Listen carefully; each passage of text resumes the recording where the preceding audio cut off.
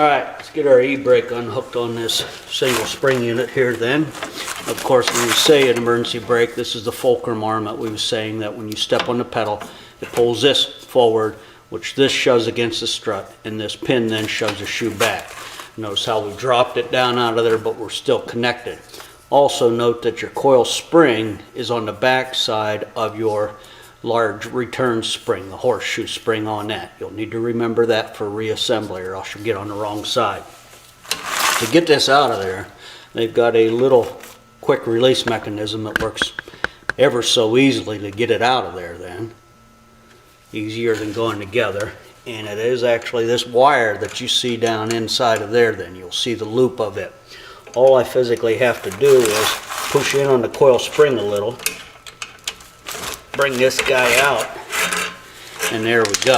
Now notice that the whole coil spring comes off. That leaves me with the emergency brake cable and the lead end on that. That stays on the vehicle. And then what I'm left with here on the shoe is going to be the spring and then its latch type mechanism that we have inside of that. With that then, folks, this just all disappears. We don't reuse any of this. At the ones that I got, there's no core charge, and you get the new e-brake arm along with that then. That then leads me up to showing you a brand new shoe that we have then. And it's got the new unit in it. It's all pinned together, all riveted. Don't have to do any C-clips, any E-clips, and we've got the complete latch mechanism on this unit. Now when we go together, what we want to do is shove the wire and its lead insert in far enough that it will override, come up and over the spring that's on the side of this unit, that latch that I push down. The problem is every time I push, my emergency brake cable wants to go in along with it then. So I'm going to do something. It might not be the perfect thing to do, but we're going to do it very carefully and gently so we don't do any damages to our e-brake cable itself then. Let me get a little bit of light back here to show you what I'm going to do. And on this, I'm going to take those little 4-inch vice grips that I had earlier, because they're fairly narrow, and I'm going to adjust those so that it just barely gets a grip on my cable, ever so gently. I don't want to push the braids apart on my wire, on the cable itself then, or ruin the actual Teflon that's on my cable. So now, on the opposite end, I got a pair of needle nose, pull this cable out as far as I can, I'm even going to pry against the hub. I'm going to get a bite on this cable, and that'll keep the cable from sliding back in when we push it on. Again, ever so gently, or you'll ruin the Teflon lining over top of the cable itself. Your life will be a lot easier if you do it like that, right there. Again, that keeps the cable from being shoved in. So now we're going to go back to the opposite end. I'm going to get on this guy, making sure that we stayed on this side of the horseshoe spring, not getting on the opposite side of it. Get on the opposite side, you're going to be taking it back apart if you notice it. Then I'm going to get my shoe, remembering the picture that we had of how it was hanging. Get rid of our dirt box so my new shoe doesn't lay on the dirty ground. We want to keep it non-contaminated, no fingerprints and so on this. Fingerprints on your linings and whatnot actually cause squealing and squeaking and so on like that. This arm was laying like this, and we're going to take this guy, get a little bit deeper here, slip him up over top of that nozzle or nipple. I'll go up, and then I'm going to help it a little bit by pushing down on my clip so it doesn't push the cable. It takes a little bit of time. You might want to end up buckling the spring, so you're going to have to try to push so the spring doesn't knuckle over. Let me get my thumb on the spring so I can push it straight.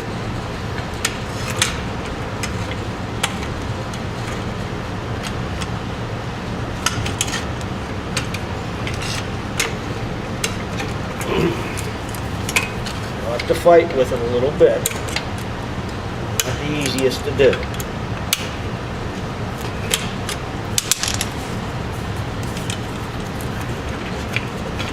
But you'll get it.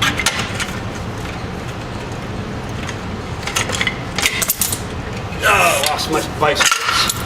One more time. And I'm showing you this because it is this frustrating. A lot of guys passing on down the road, but it's all right. Bring the money to me. I'll do it.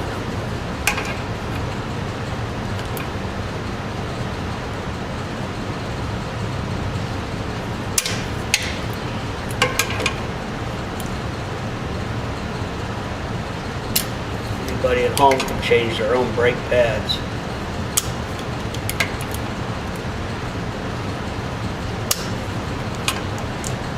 Vice grips are rolling off, they're too skinny. There we go. Kept rolling off the cable. One more time, get my spring started. Go up, glare against the cable. I'm going to push down on our release mechanism so that doesn't get me bound up. Almost there. Spring's doubling over.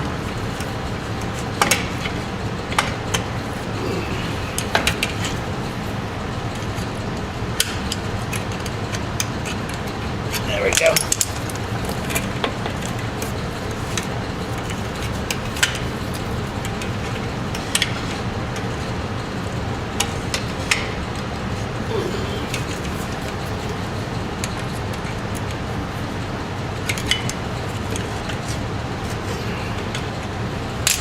Where's my little screwdriver to give him a little pry? I lost it. There it is. I'm going to get a hold of the back side of that lead. Give me a little pry forward here.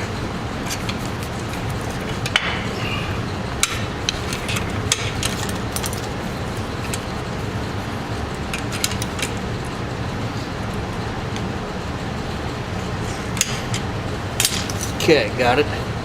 Close. Hold the back side of the lead. Bring it forward, there it went. Just got it to snap in. Let me give you a shot of what it's going to look like. And right there is what we was fighting. Again, this is the release mechanism, this wire loop underneath. It was holding up. I had to push this release mechanism down, and then I reached in, got a hold of the back side of the lead, pulled forward, was able to get it latched. I then reached to the back side, take my vice grips off, and everything's in place like it should be right here. Okay, now, next, servicing the vacuum plate, getting everything ready on that. Biggest thing after washing this up, and you can see everything's pretty darn clean on this unit there then, is going to be making sure that the actual guides for the backing plate, or for the brake shoes, are cleaned up and flush right there. Of course, 65,000 miles on this again in 8 years. And right here, let me get a pointer, right there where the paint's disappeared on that is where the shoe literally rides right there. Now every time you apply the shoe, this has to slide up, down, up, down, up, down, which can fret the metal away. I'm going to feel every one of these, and in this instance here then, there's no wear on them. You could though go in with a die grinder and grind them flat. You could go in with something else and knock them down so that they're smooth, so that the shoe again won't click as it goes in and out. If it has to get up off of this low spot, it would literally kick sideways, and of course that affects its action there then. But these ones are in good enough shape that we're going to let it go. I'm going to take a little bit of Never-Seez, paint each one of these units ever so gently. Don't want to contaminate the new shoes we put on there. But there's 6 of these pads, 3 on each side. Could go in and try to weld them up if they was completely worn out, or because the rest of it would be rusty at that time, just go in and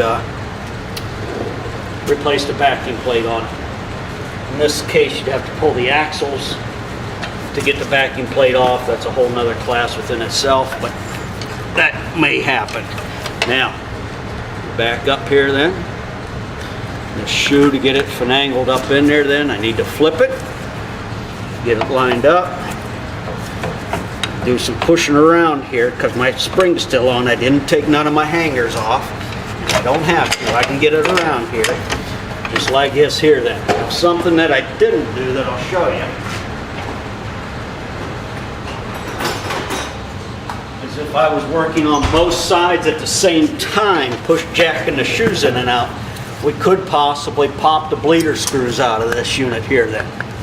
So there is actually a tool, this spring device that I've got, that I can literally clamp over each end and let it set, and that keeps them from popping out on it. I didn't do that before because I was only working on one side, but that again keeps the cups from popping out of the end of our shoes themselves on that there.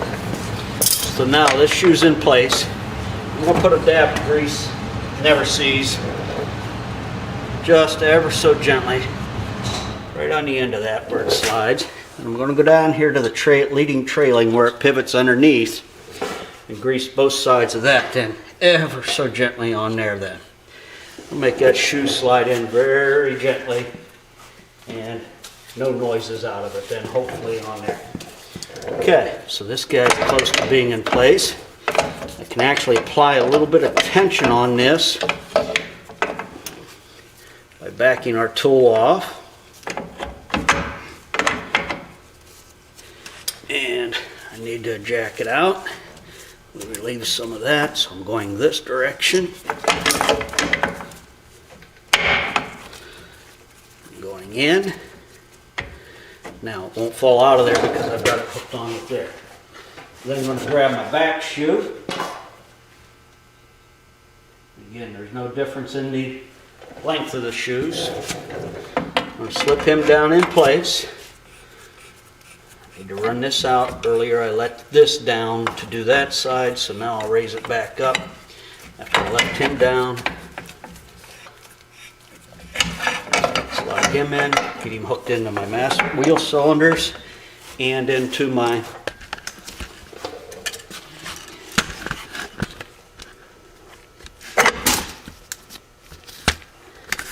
raise this up so you can see exactly how easy this allows this spring to go into place. Get him held in the area there then. I'm going to push in on my shoe and we literally just allow the spring to go right down in the slot like that with this tool. Otherwise you'd be fighting this unit with some pliers and so on like that, that again you'd be hitting yourself in the mouth and everything else. I'm going to go through, making sure I'm latched, back off all four of them equally, unhook, out that one comes, that one just snapped into place on the opposite side, unhook. There it is. Now we always want to make sure that everything is settled down. So back to a view like this. I am going to bump everything. I'm against the backing plate. Up or down, there is nothing other than the drum to consider what up and down is. So I'm going to work that around a little bit. And I am going to make sure that this spring is in by looking at the back side to see if it's touching the shoe. And I can also give them a bump inwards, but the back side of it is flush with the shoe, so that's all held in place, and that's all there is to it. Now, a lot of guys might say don't do that, but I always put a dab of Never Sees around my flange before I put my drum on, because I might be the next guy taking it apart. We got a little bit on there to keep it from growing fast. We then take our strut. I'm going to pull it apart.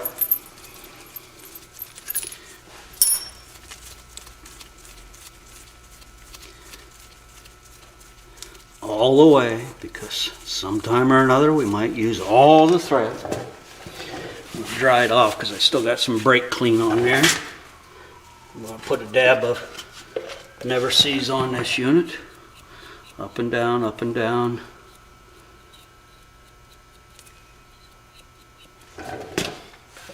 That then allows me to run the nut back on, and remember it's opposite threads on this side. So I turn it to the left to put it on. I'm going to run it in all the way. That makes it easiest as possible to put in. And then I'm going to try to remember which way these tangs went. Short side behind the chute. I'm then going to also grab the other end, our pivot point, and lightly grease the pivoting area on there. We've got our other retainer that goes along with this, making sure that the tabs are in, not out. I then slide this in, and that gives me that right there. Now, this goes in, this goes in, so I should be able to come in, get on the back side of the emergency brake, pull the shoe back a little, and there we are. You can see the looseness of this because I've jacked it off so much, backed it off so much, and then let's jack it back out. So I just get it touching, not flapping around. I then have my self-adjuster that, because we know it's going to pivot on this area right there, let's give them just a touch of lube. Nothing that's going to run everywhere. We're going to hook it into it, allow it to swing down into our strut. Then take my vice grips, readjust those because this is smaller than the cable was. Ever so gently hook just the outside corner there, but making sure it's a firm bite. Get a hold of the adjuster, bring him back, drop him in, make sure the spring is in, and there we go. Next then, of course, is nothing more than going in and adjusting this till it's the right diameter so it can then self-adjust itself once it's on the car. Very good.